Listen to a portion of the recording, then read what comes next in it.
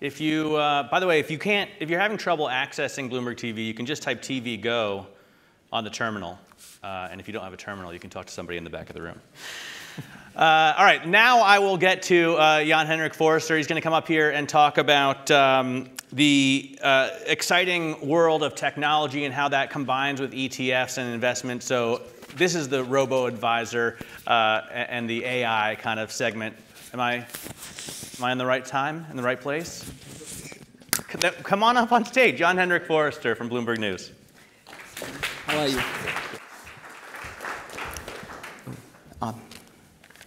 The microphone actually works great. So yeah, let's start with our next discussion. I promised to keep it lightly, especially the Swiss people in the room probably stayed out late last night. So our topic is the future of money and fintech's hold on investing. I would like the panelists to come up to the stage and we get this started.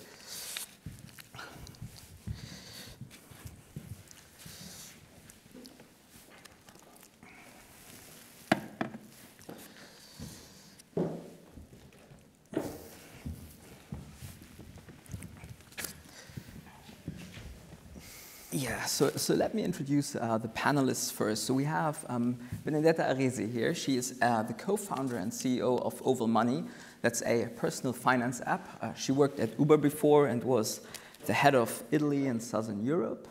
We have Marc. He's the head of SYZ Capital. That's a private equity investing unit at Banque SYZ, which is a private bank, 40 billion under management. And Robert Ruttman, he leads a think tank of the University of St. Gallen and the ETH, concerned with everything financial services. I mean, future of money, that sounds a little bit like the future of everything. So, we will talk about a wide range of issues. But let me start with Benedetta. Tell us a little bit about Oval Money. Like, explain us what you guys are doing, and then most importantly, how do you distinguish yourself against other payment startups, personal finance apps? Yep. Sure. So I started in this journey after an experience in Uber. So let's say I'm more of a tech person than a finance person, even though my career started in investment banking. And me and my co-founder realized that for the normal person, there's very little options in terms of investing. And so there's a great deal of work that has been done by asset managers in creating value for the higher net worth individuals. And this value doesn't get transferred down. And if you are a normal working individual, or especially a young person who hasn't accumulated a lot of capital, all you can get offered is a simple saving account. And as we know today in Europe, saving accounts have really low interest rates. And so the opportunity is very low, and that's why our generation is not saving. There's a statistics that show that when younger people get asked why they're not investing their money early on, they say they think they don't have enough money to invest. And so with Oval, we created a very simple and free app for users that allows them to take every day from their account a few euros, a few pounds, because we're active in Europe and the UK. And we move this money into this saving pot. This saving pot is not an interest-bearing account, it's just a wallet. But as soon as they reach 100 euros, which is not very much, as you would say, they have the opportunity to get connected to a certain number of products, mostly passive products, that our partners on the other side, asset managers, propose. And in this way, we are creating a big, cutting the barrier to access. On one side, customers can get a better product. On the other side, the asset managers and the community, the investment community, can get a whole new direct-to-consumer distribution channel of customers they would never have access before. And Benedetta, this service depends a lot on data, so you need to know a lot about your customers in order to make them, or to give them savings advice and also investing advice. Isn't that a stage where banks should be in? Like, what is your experience to work with kind of the traditional players, and shouldn't they be the guys who drive this innovation? Yeah, so first of all, we don't actually give advice because being an advisor is a whole different regulatory environment. Yeah, and yes, we believe that there is a big movement right now and a trend where the bigger financial institutions are working closer to the banks, to the fintechs, sorry, to create added value for a new set of customers. So the whole point is driving inclusion. And a big bank struggles to do this by the infrastructure it has built. It has branches, it has people. So what we are doing is actually creating a new multi-branded product with banks. So we've actually just closed a partnership with Intesa Sanpaolo, who've actually entered into our capital as a minority stakeholder, and they're also working with us to drive new set of opportunities to these kind of customers that generally are not entering their bank branches. And for them, it shouldn't be scary because we're not really competing with their loyal customer base. We're just going to attract a whole new user base that they didn't manage to get before. On the data point, as we know, GDPR is coming to Europe, and another regulation very important, PSD2. So actually, today, being the bank is less important because with PSD2, aggregators can access data from multiple banks. And actually today, what will happen is that banks today, of yourself, have a limited view. It's aggregators who can aggregate multiple positions in different banks who really have the ultimate view of the consumer. And Marc, maybe you as somebody who has skin in the game as an investor, when you listen to the pitch of Benedetta, is that something that would sound interesting to you, potentially? Like, the question is, I guess, when you look at fintechs, what is it that you're looking out for? Yeah, sure. So what we find interesting in financial technology is obviously we look first at our mother business and say, well, you know, how can it be disrupted? And usually disruption in a lot of industries does not necessarily come from within, it usually comes from outside. And so one of the reasons, among others, to invest in financial technology is because we really believe that there's a lot of innovation to undergo in the financial industry. But there's a lot of subsegments within financial technology, and the ones we're looking at mainly are really payments, personal finance, and also lending. So there's a lot of others, insurance, and now there's regulatory tech, and there's obviously asset management. There are some interesting parts there as well, but we really focus on these three because that's where we believe there's actually the most disruption happening, and also the most of the future for financial services which are undergoing. Now, within that segment, what's quite interesting is that we've seen that the incumbents of financial services, they have a very, very hard time at innovating. And so initially they were kind of, pushing aside financial technology in a lot of the startups, and now we're seeing more and more, as you mentioned correctly, inclusion from some of the big incumbents with startups to do partnerships. Because the problem is they have a hard time innovating, and therefore we see a tremendous potential investing in these type of companies. Definitely interesting. The big hurdle there is, again, is what are you really addressing? Because the problem is the end consumer. We're seeing a lot of fintech companies going the B2C route, and that's quite hard because it's very costly, especially on the marketing side. And so what works a lot better we see are the B2B businesses or the B2B2C businesses. And that's where companies like yourselves come in very handy. So we're investing anything into things like payments, I said, transfer-wise. Revolut are companies now, which I'm sure a lot of you are familiar, and there's been a lot of buzz around that. These are all companies who are using, a very different type of technology of how to addressing consumer needs, which a lot of, I would say, the incumbent financial services have forgotten, especially on the retail side. Mm-hmm. And maybe you also work for an asset manager. What is kind of the technological force at the moment that is missing in your industry? What do you think needs the industry to address at the moment? Well, there's a couple of things. I think transparency is one, and access is the other. And to kind of democratize, those two elements is quite hard.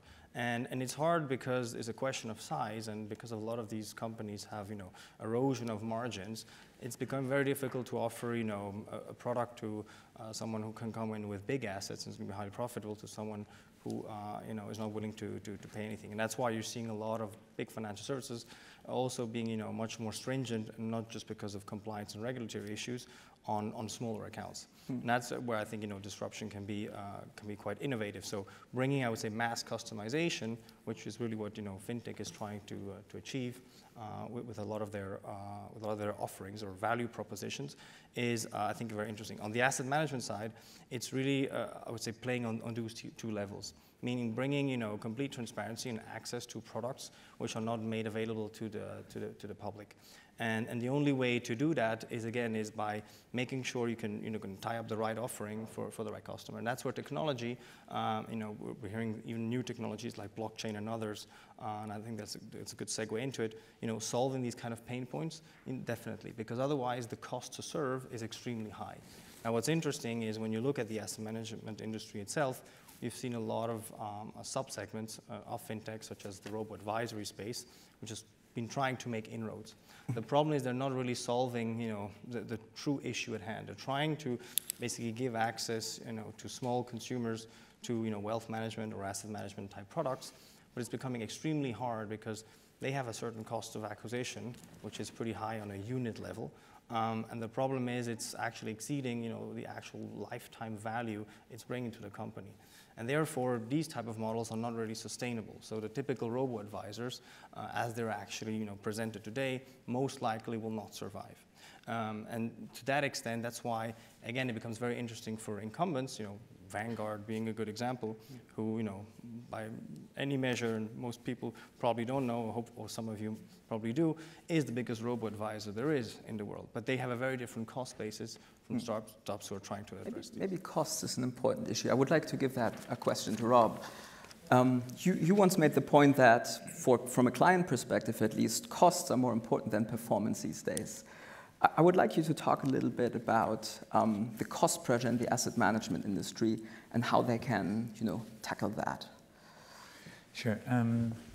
First of all, let me just say it's so nice to see, mostly one sees a lot of fintech founders and they're mostly men. Yeah, so it's so lovely and refreshing to see a female founder of fintech.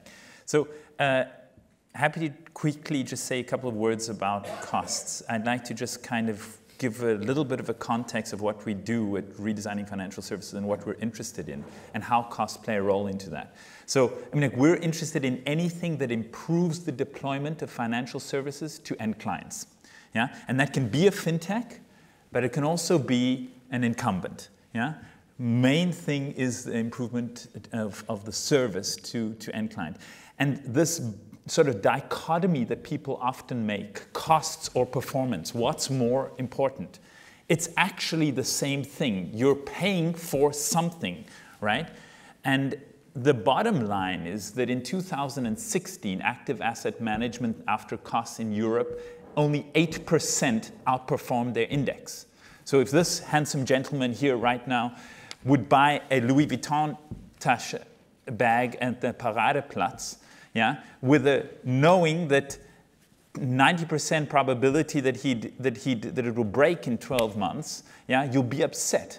Yeah? For us as investors, many of us are not so demanding of our asset managers. Yeah? 2017 was a much better year, but still less than 50%, yeah? Close to 40% of asset managers reached their benchmarks. That's actually awful, right? So if you ask the question about costs, you have to also ask, what are you getting for the costs that you're paying, right? And 2016 was the first year in history where price sensitivity was more important than performance for the allocation of assets. Price sensitivity was more important than performance on balance. And that's just giving us a little bit of a direction of where we're going, I think. That cost sensitivity becomes more important, but not in a binary sense, not costs versus performance. If you can deliver 7% performance annualized over the next 5 years, I'm happy to pay 3% management fee. Yeah. Maybe for you as a Benedetta, as an entrepreneur who is like basically saying, I want to open up the asset management industry to a lot of people. That's not really a compelling business case, right? Well, we compete with the saving account, as I was saying. So actually, there's something like $35 trillion US dollars sitting in saving accounts that is earning nothing for people. So if we can even get a little better performance, and the most interesting part for younger generation is that the compounded interest is what really matters, right? So if you can be able to put money aside over time continuously and keep it in, even if this amount is like significantly lower than what you would be able to put in maybe 20 years down your working experience, or even 10, 15 years, the fact that you can start early creates an added benefit, and this is kind of what we really want to focus on. So it's really interesting because when you look at the market, there are some products that were born, especially in continental Europe, as these sort of wrapper life insurance investment products, but they're super stiff. Like you sign a contract, 30 years, you have to give 100 euros every month. And if 1 month you don't pay, you get like a default on your credit rating, which is insane. So what we're doing is we're just using technology to democratize in one sense, but also make it flexible, make it personal. And so when you enter into Oval app, you actually will see that your experience is personalized. And so we are trying, it will never be the same, but we're trying to put down like the kind of experience that a wealthier individual can have with a real person, and sort of use technology to mimic it as closely as possible to give a personalized experience to somebody who's not able to access an asset manager. And so we believe that more than the performance, first of all, the performance is very easy to beat saving account. And secondly, it's about that kind of experience and personalization that can only happen with people on a high level side, but with technology, it can happen much earlier. What's kind of the next milestone for your company? So we actually started raising our Series A, and we're closing this round by the end of the year, and that's a big step for us. And we're moving. So today we've focused on Italy and the UK. And as a women founder, 40% of our user base is women. So I would like to get it to 50. But if you ask any fintech, the average user base of fintechs is 15% women, which is really bad because you're kind of taking out a whole group of people. So I focus very broadly on when I say our app is open to everyone, I really mean it. Why is yours higher than others? Because we take a lot of effort in the way we talk about language, the distribution channels where we like market, the partnerships we do that are like very women. I mean, we use Instagram to market Oval. So it's a very different sort of way in which we address users. And what makes your product most attractive to your clients, do you think? So I think it's the journey of like a tool. So it's the personalized tool, and it's that journey. So we don't go to customers, and that's why our cost of acquisition isn't as high as robo-advisors, because we don't say start investing, because as we see from the statistics, people don't invest because they're afraid, they don't know, they don't think they have enough money. So we don't give them that. We give them a personal finance tool. We teach them how to start saving, and then it's a lot more about financial education. So there's like nothing where you need to do it. Like there's a step-by-step process. I asked that question because I think what's very interesting, 5 years ago, everyone was talking about the end of banking, and fintechs were going to displace incumbents. Where are we today? Yeah? The biggest robo-advisor in the world is an incumbent. The second biggest is an incumbent. And the standalone ones are really, really struggling, to be quite honest. So basically, we've overestimated the willingness of clients to switch providers, because everyone, it's not a completely new service. You have to convince people to switch. And that's why I'm interested in the value proposition that you offer that gets people to switch from a post-finance account to you guys? Yeah, well, we're aggregators, so they actually don't need to switch. That's an actual big step. So we don't try to play the Revolut or number 26. They don't need a new card. They don't need a new account. Like, they can actually use us on top. And this kind of platform model is interesting because for us, it's more about the technology, and it's creating trust around the data. So it's all about, if you give us the data, first of all, we give it back to you and give you all the information that you would need in an easier, simplified way. I mean, bank statements are like the worst thing in the world. Yeah, like, I don't understand why banks haven't moved beyond the bank statement. That is like super hard to read. So we just make things super simple and aggregate data in a way that allows us to profile users in a better way and therefore personalize the experience. You mentioned the partnership with Intesa. Yeah. Is that something you continue to looking for other partnerships with Yeah, banks? definitely. So I think for every country we expand into, we believe in this model, in this partnership. It took us some time to convince, obviously Intesa is the biggest bank in Italy, so it's a big win to have one like the bigger bank, right? And there's this philosophy in Italy where if Intesa does something, the others follow. Otherwise, like, for example, also on PSD2, we're very far behind. And so banks are not like really taking it seriously as they should do. But one of the great things about this partnership is it took us a while, but they finally understood the value of getting to a consumer base in different ways. Instead of, the first things banks will tell you is like, oh, can you white label with your technology my app? And I'm like, well, but you're not, yes, you'll get a better app and we can help you with that. But the customers that you get through that app are going to be exactly the same as the ones you get today. And if you can manage to diversify your channels in which you access users, it's a very interesting new business model. And Intesa has done a really great thing, and it's a specific thing to Italy. There's also in France, but they've bought the tobacconists, like, you know, where you buy cigarettes. In Italy, they're actually banks. You can make bank transactions. You can pay your bills, your taxes, etc. And so we're using that as a new distribution channel for Oval, where obviously it's for people who don't go to a bank branch, but who can have sort of semi-banking solutions, and they can, you know, buy cigarettes and say, hey, the change, instead of giving it to me, put it on my Oval account or something like this. So it's like intercepting users in a digital, physical way in a whole new space, which is not the bank branch, which is new. That's interesting. Maybe the next is a liquor store. Marc, as someone working in the industry, how important are robo-advisors for you? Do you think they are basically overrated? Like, I recently heard a comment from the UBS CFO, and he was saying, look, our clients care about advice. It's about succession planning. It's about, you know, a wide range of topics, but certainly robo-advisors don't solve our problems. What's your take on that? Well, I think it boils down to what Benedetta said as well. It's about who is the user, and you know, what type of service you offer for which type of user or client. I think that's quite essential, because in the end, that also boils down to what robo-advisors really want to offer. Now, there's different, obviously, tiers and segments of clients, and robo-advisors cannot be, you know, one solution who's solving it all.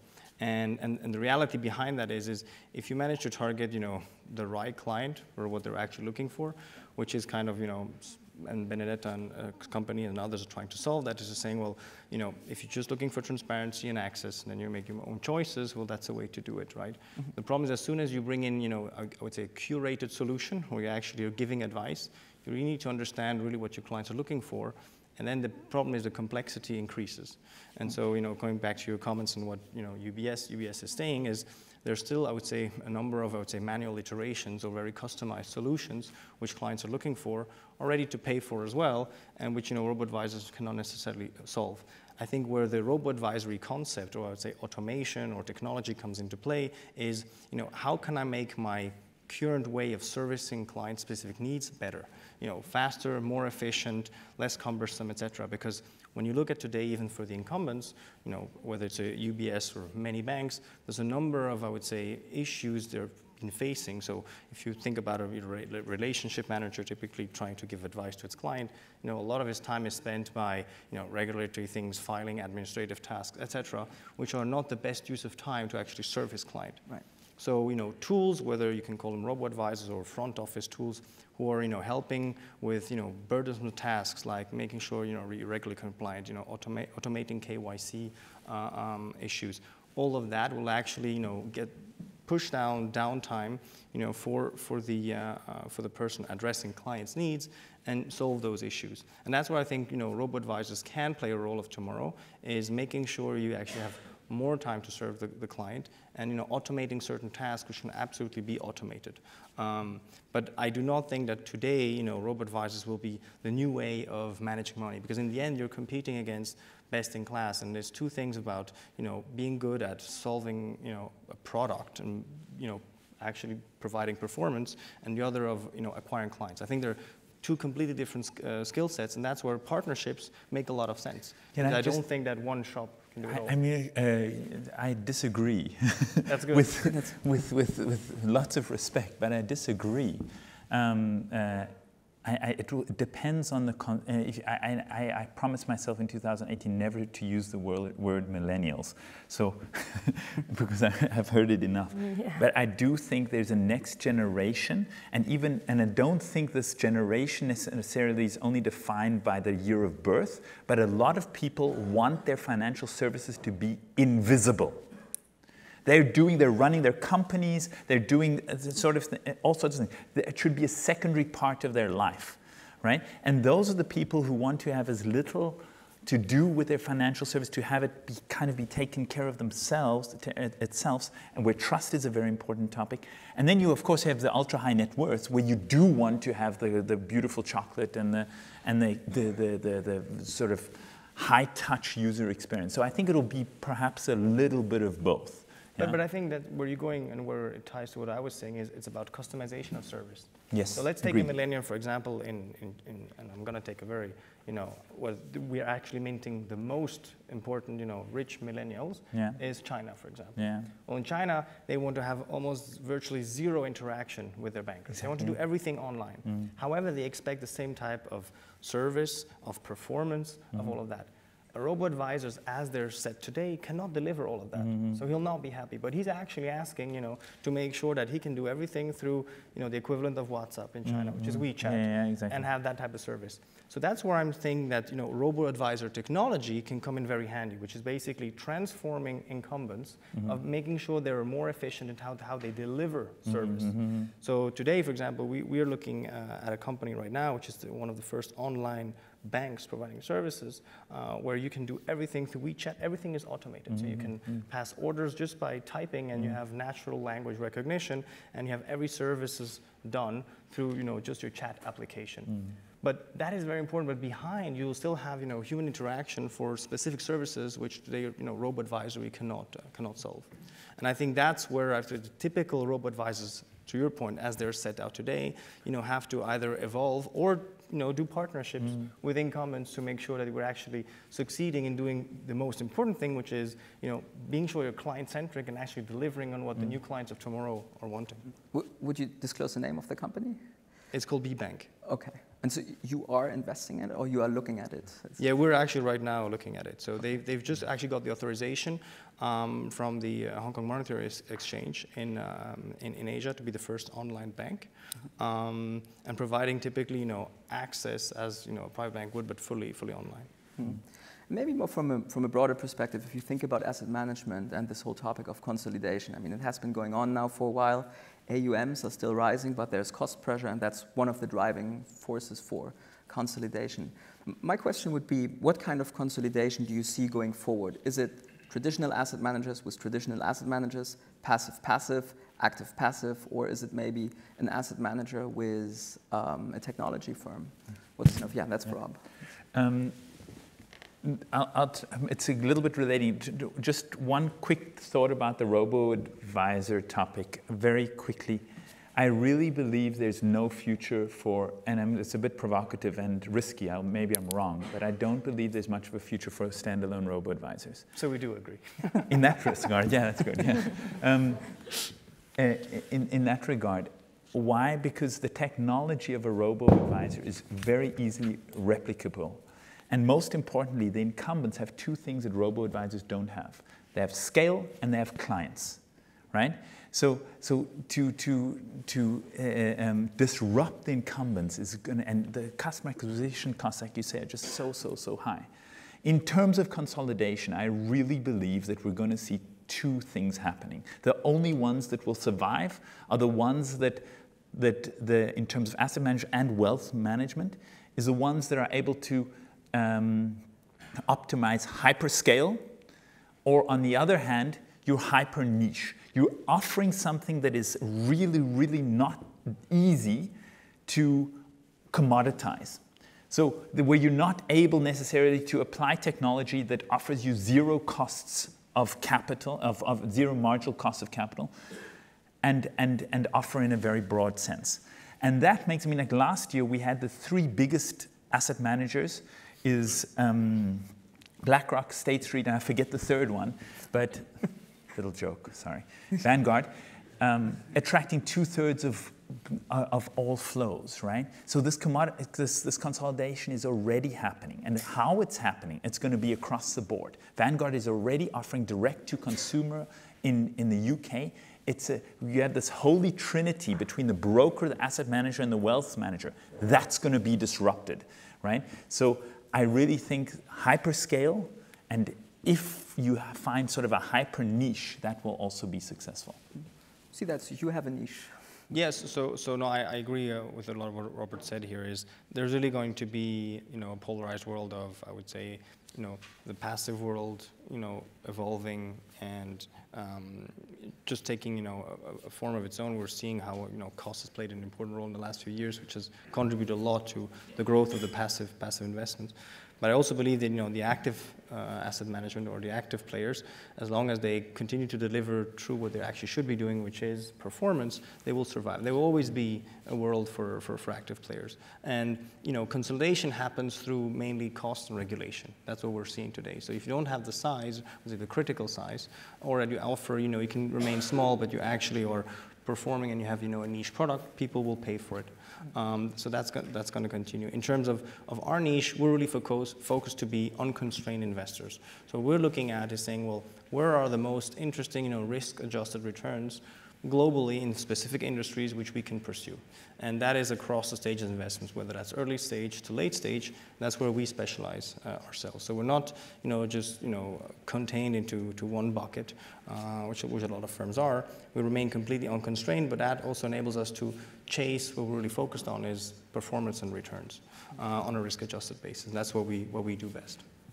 Do you see a shift over the next years, more or back to active investing strategy because of changing monetary? These things evolve in cycles. The reality is, the market cycles really dictate that. So there's been, I remember, 15 years ago, there was a craze for hedge funds. Everybody wanted to go in. They couldn't care less about, paying fees as long as, they got these absolutely high returns. Today, everybody hates hedge funds, and it's a bad word, right? So in the end, absolutely, yes. These things are evolving in cycles. There was always going to be a place for active management. We always look at everything, net of fees. We invest in managers as well, which we select. If somebody manages to perform year over year, outsized returns, you'd pay for that because he's just unique. That's like if you go into, your Louis Vuitton store here on Bahnhofstrasse, you're not going to say, well, I want this bag, but I want it for the price of, the guy down at the shopping mall, which is 100% discounted. So there's always you get what you pay for in the end, and it ties back to what we said about robo-advisory and about active investment as well. I think the history has shown you don't get what you pay for. Well, the thing is, the problem is it's an aphorism that everyone, and this is the danger with aphorisms. Everyone has said that word, and you reproduce it, but that's exactly the error, yeah? But the thing is that it moves in cycles, right? So people, when they were paying for hedge funds and they were paying high fees, and fund of funds and, layers and layers of fees, there was never any, years ago, complaints about it because the performance was there. So as long as you get what you actually are looking for, you're happy to pay for a certain service. Of course, if you don't get it, well, then you focus on something else. And that's what people are doing. But that is why you need to be extremely disciplined and saying, listen, I'm happy to pay for, as I mentioned before, high fees if I get, the return service for it, which is performance.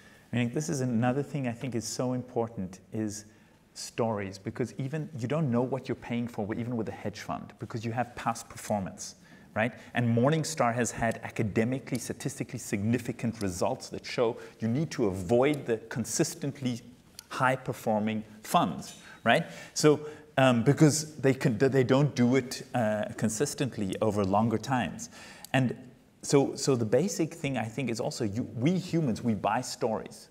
And this is why trust is more important, I believe, than ever before. As everything is converging, we have, through Bloomberg, able to compare offerings better than ever before, thanks also to MiFID II.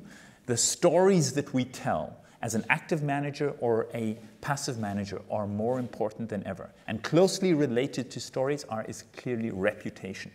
Yeah? So your reputation is your most important capital, yours too, I guess. But I think it goes beyond that. I completely agree with that. It's about trust and reputation, but it goes also, I'm very data focused and analytical, and it goes into how much you know a company or a fund you're investing in. The big problem we have is people chase performance, they chase, hedge funds, like you said before, and they say, well, look at the past performance. That's not how I believe, you should be doing investments. You go into, a handbag store and you buy a handbag because you believe of, the quality, etc. Now, if I would tell you how Louis Vuitton, actually does its work and what the real quality is behind, we'll probably all get scared and surprised, right? But it's about understanding really what you're getting. And do we actually get the right value for a Louis Vuitton handbag? Probably not, right? But the perception is still there, so we're willing to pay for it. Like the perception was there for hedge funds many years ago, so we're really willing to pay those fees on hedge funds. However, if you really understand the underlyings of an investment you're doing and you're actually going to deep due diligence, you can show, and actually empiric evidence and data shows that those managers or people who've been performing time and time over and over again are the ones who are actually extremely focused and know very well what they're doing. And that makes actually a huge difference. So it goes against, conventional portfolio theory, which says diversification is key. That is true, but actually what trumps that is actually how know you well your underlying investment. So you can be extremely concentrated and actually, have a less risky situation at hand. It's an interesting discussion. Maybe Benedetta, speaking of trust, do you think clients come to you because they lost a little bit of trust in banks? Is that part of your business case? So there is a general trend after the big bank crisis, and I think in Italy it's still going on. But the trust was lost because of transparency, which was one of the things that we talked about before. And now, because of the regulatory tightening, there is a loss in access. And so just to get back to those two words we talked about at the beginning, it's more about finding, again, that transparency and that access rather than just a movement in trust. Because actually we see that our partnership as a small startup with a big bank actually helps in terms of trust, because there is a guarantee, let's say, in terms of where is my money and is it going to be like held somewhere, and I'm not giving it to some crazy startup person who just runs away with it. So I think that there is a big shift, but big banks still have a role to play in trust. I do think that technology, and especially blockchain, as you mentioned, and as it was mentioned before, will create a new level of transparency that will be really interesting in changing people's trust. The thing is, today it's been too closely connected to the crypto world, and there was like this hype, and then now it's kind of died a little bit down. And so again, there is a bit of a loss of trust in this world. But when the crypto sort of like frenzy will kind of die down, what will remain, I think, is the blockchain infrastructure, and that's where the trust can be built outside of banking. I think that's an optimistic outlook, and thus it's a good mot. Are there any pressing questions from the audience? You know what? I just have one point. Matt Miller. Kind of for Opal, for Benedetta, and for Robert's lack of optimism in robo-advisors. I think it's important to define what you mean by robo-advisors. And I think a lot of people, thinking about Oval, I think it's fascinating because a lot of people don't want to deal with banks. They don't want to deal with bank statements. They don't want to go on even E-Trade or whatever. But people today like to buy stuff. We're consumers. We love to spend time online, on Instagram and Facebook, but also I spent a lot of time, for example, on a site that is called Revzilla.com, which is about motorcycle gear. And I spend, hours a week on this site looking at the newest gear. I'm not always buying stuff. I'm not always making purchases, but the content is so well produced, and the people on it I trust because I know them from years of shopping there, that I dedicate a part of my life to being in this community. I do the same thing with forums for camping and backpacking, other stuff that I'm into. I'll spend so much time in these online worlds, and occasionally I'll put out $100 or $500 or $1,000. And I think that there's an opportunity for that kind of thing in finance that doesn't yet exist, where if Vanguard's direct-to-consumer platform is so interesting that I can spend a lot of time learning about products, looking for opportunities, hearing if they have people on there doing videos about their offerings that I like and that I like to watch, and I constantly am clicking on this Vanguard manager's explanation of the newest ETF.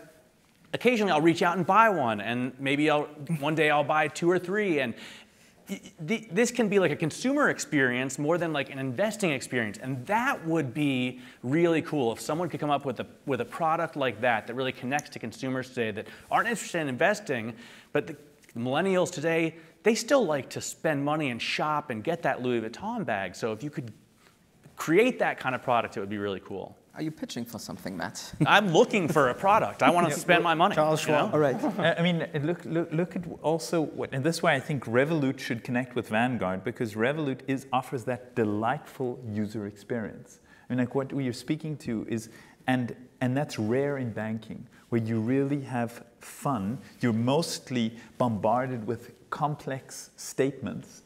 And I think that's one example where you have a delightful user experience. And so as I was saying, we use Instagram and these other channels to do content first kind of information, and that's how users find out about us. We're not like putting a poster that says you need to invest for your future. We're more about linking lifestyle to a product and linking your lifestyle and stuff you already do. Like, for example, in Oval, you can actually, every time you do a post on Facebook or tweet, or every time you go for a run, we link that to APIs of third-party apps that track this. And so every time you post, you can save like 10 euros, and you put them in your saving account, and then it gets invested. So you're actually posting online, and you're actually saving in the background, and you don't know about it. Oh, wow. Every time you go for your 10K, you're saving money. So we're kind of creating that interaction that becomes kind of seamless in the background, but also linked to lifestyle, because honestly, talking about finance generally is not as stimulating for a lot of people who are not in this room. Not as sexy. And so, yes, we try to link this like good behavior to other things you already do. So if you go camping and whatever, and if there's an app that can link your track how much you've tracked over the day, and then you can link your steps to your saving. That's about the ecosystem. That's why I love this panel. This is all right, thanks so much for coming. I have a hard really time appreciate wrapping it. it up. Yeah, thanks a lot for the panelists. A big applause, and thanks a lot. Thank you. Nice job. Thank you. Thanks so much. Thank you. Thanks. Well, it's been a really fantastic string of panels. So fascinating stuff. This conference has been great throughout the 4 cities that we've traveled through Europe. I hope you have had a chance to do some networking at the breakfast this morning as well. I'm sure there's still going to be opportunity to get some drinks and hang out here before the important games kick off this afternoon. What do you think? Can England beat Belgium? Is that even a possibility? Could England actually win a World Cup? Probably not. Anyway, thanks so much for coming. Really appreciate your time.